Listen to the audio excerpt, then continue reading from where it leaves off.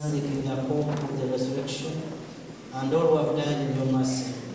Welcome them into the light of your face, the world, and bring up the fullness of charity, together with Francis our Pope,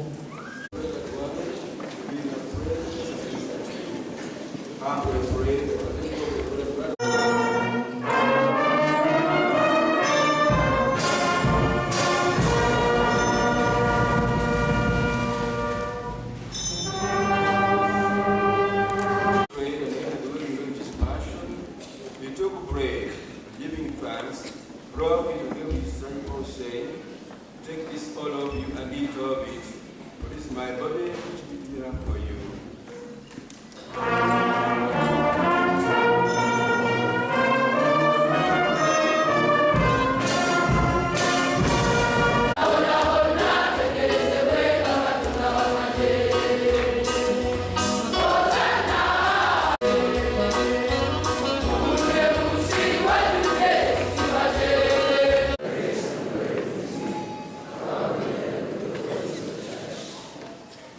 Celebrating the memorial of our salvation, we humbly beseech you, your mercy, O Lord, that this sacrament of your loving kindness may be for us the sign of unity and the bond of charity through Christ, O Lord.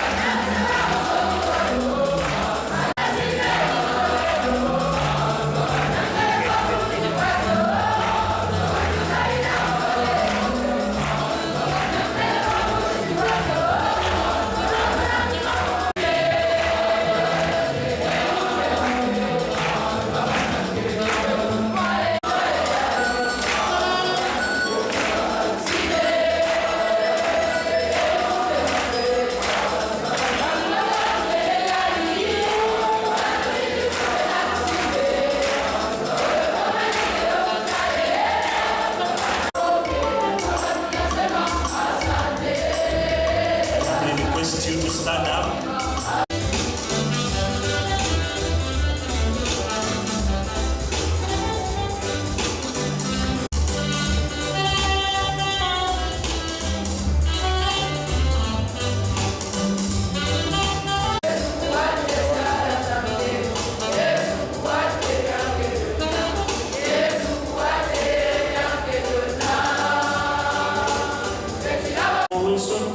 Jesus Martin Senior Sector 1 Andy Williams. Only in the left, I name at them. You can go behind and And that is stop there. Do your responsibility.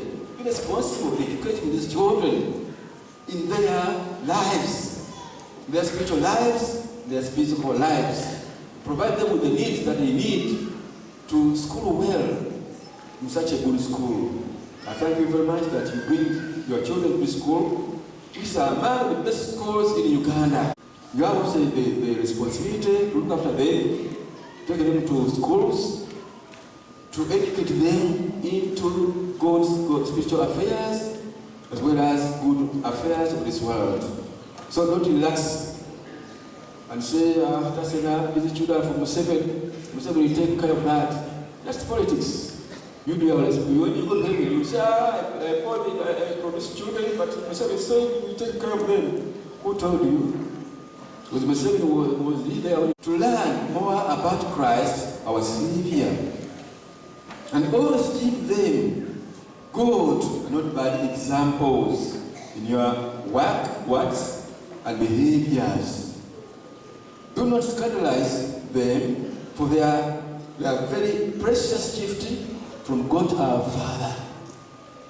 Parents, what your child has become one with Christ, because Christ has accepted to enter his body and soul. They are closely related, they are friends. Wonderful. So, brides, that's a very good message to you. As you look so beautiful, and as you have been prepared for quite long into this, because he loves you, and is now going to feed you with the food that will enable and help you to be strong, not only in the spirit, but also in your bodies. That is why we usually say, the Lord is good, and all the time. We read Christianity or religion by acts. If you are sleeping on Sunday, what we actually do, sometimes we also take up that choice that has to remain in bed. And you are beloved children who are going to receive different homes. You may be having these mottos, but you may just look at it as a decoration. It has a lot of meaning to you all. We share during the ceremony of baptism are priest, prophet, and king. They are told to each one of us who are baptized by the baptizing minister in these words as I quote. God the Father of our Lord Jesus Christ has freed you from his death and before his ascension into heaven, or before going back to heaven. Jesus charged the 12 apostles and their successors with the duty of proclaiming the gospel the world over.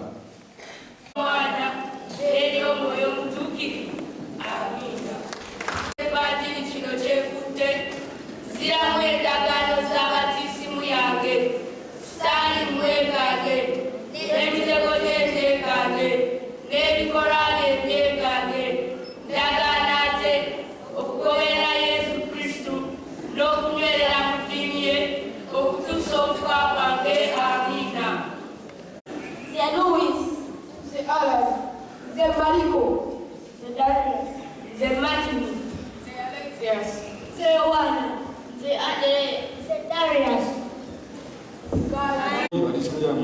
Kyebasaba kutuukiriza tumaliride okutadde amabega bamugoberera Kristo omukomerere n'okunywera mu ddiini ye Katonda yeebale sebo olwaka w'ekereziya baganda baffe bano baagala okuddamu endagaano.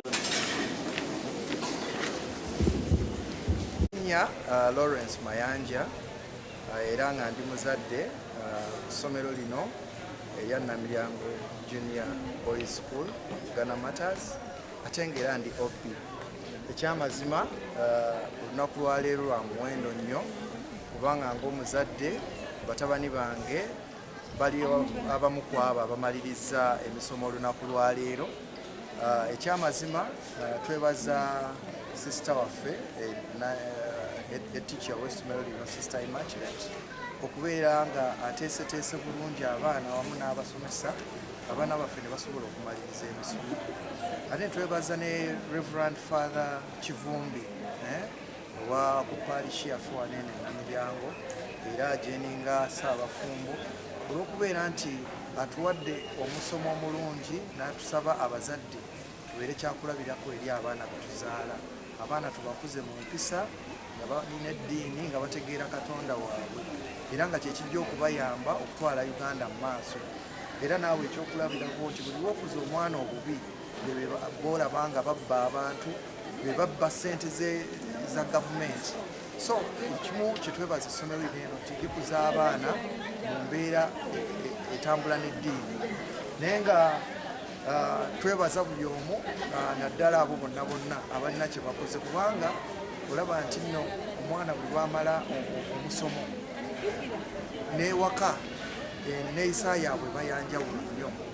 Ate ne Uganda Matters ne tulyebaza olw'okubeera nti nno ffe ng'abazadde etulambika mu buli kimu ne tusobola okubeera nga tutambula bulungi era nga ba stakeholders.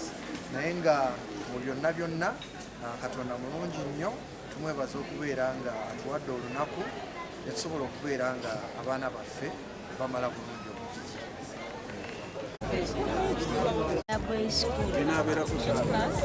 Primary 5. Club Namiryango Junior Boys School. Namiryango nyebaza n'abasomesa. Bano bange nabo beetabe kino ekibiina ky'Eklezia. Nabo bayiga bafike okubeera nga nze. Antonio Kitaka erinnya lyange. Era nga nsanyuse nnyo olw'okuba abazadde bange bazze leero era nga mbalinze omusomo gwange ogusembayo mu Eklezia.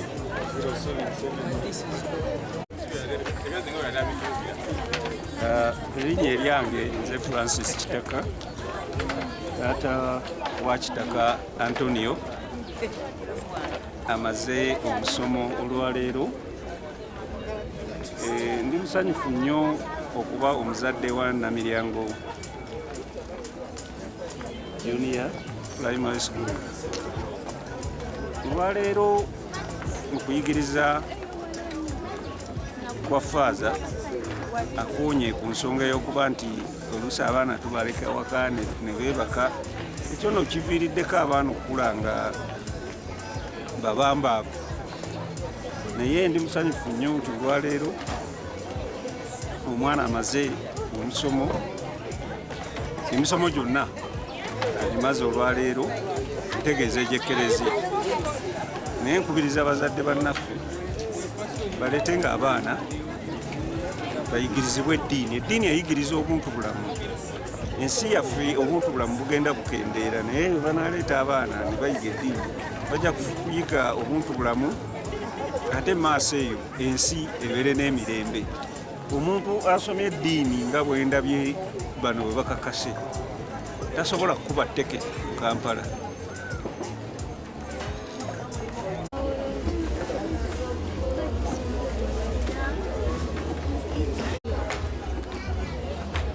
Linnya lyange nze Nabagala Mary Ssenyonjo nga ndi muzadde we Namiryango Junior Boys School. Mutabani wange ye Muyanja Simon Dachi. Neebaza essomero olw'okuba nga lisobodde okusobozesa abaana okumaliriza omusomo n'okubakuliza mu ddiini. Olwaleero tufunye omusomo gwe bayita okumala omusomo ogusooka. Bonna kubeera nga bayigiriza era nga bakkiriza abaana baabwe okwenyigira mu ddiini ate n'okubeera nga babakkiriza okumala emisomo. Mbakubiriza n'okubatwalanga mu makanisa obutabaleka waka ng'omufaatha bwatusomesezza olwaleero ng'abadde abuulira okubeera nga bwe tuba tugenda ku kyaki abaana tetubaleka waka wabula tugendanga nabo batandike okubeera nga baagala eddiini ate basobole ng'okuweereza mu ddiini yaabwe. Mwebale nnyo, mwebalire ddala. Nze Muyanja Dachi George. Nze Namiryango Junior Boys, nebaza nnyo abasomesa baffe ne bametroni abatukuuma mu ddoomu era ne buli omu akola mulimu essomero kuba leero mmaliriza omusomo ogusooka.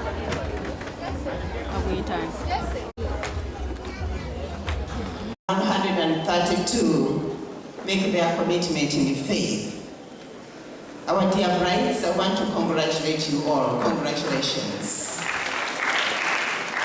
I want to and for being very regular at attending all the catechism lessons in preparation for this day. Thank you so much for that commitment. When Mother Kevin founded this school, one of the major objectives was to nurture a boy child and help him grow in faith. So as mentors and protectors of the Catholic values, we continue in the footsteps of our foundress, Mother Kevin. And this gathering, that we are still living according to the initial objectives of our foundress, Mother Kevin. Let us realize the objectives of our foundress for the last 92 years. In a very special way, I want to thank our parish priest, who is so special.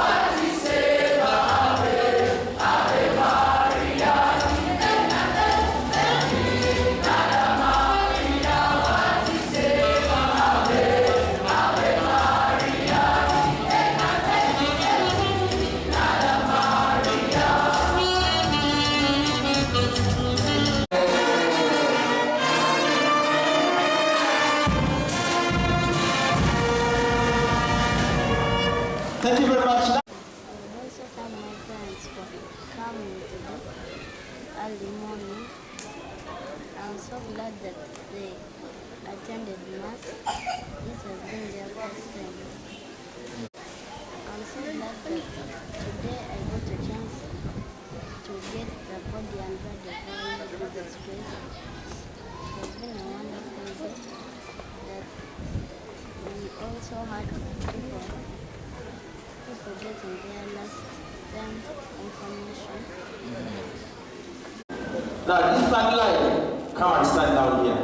I'm seeing photograph can allow third line. If the faster the better. Chap chap. I am a pupil at Namiryango Junior Boys School. I would thank the head teacher for preparing such a wonderful day today. I would thank the administrators for helping us at this school and everything. I would thank my teachers since P1, and I'm in primary 3 right now as a bride. I would thank my parents for taking care of me since P1 and primary 3. Katonda yebale sebo omubaka we tebasaba okutuukiriza maliriddde mabega namugoberera kristo maliriddde okutadda mabega namugoberera kristo mukomerere okunywera mu ddiini ye katonda yeebale kale mwebiremu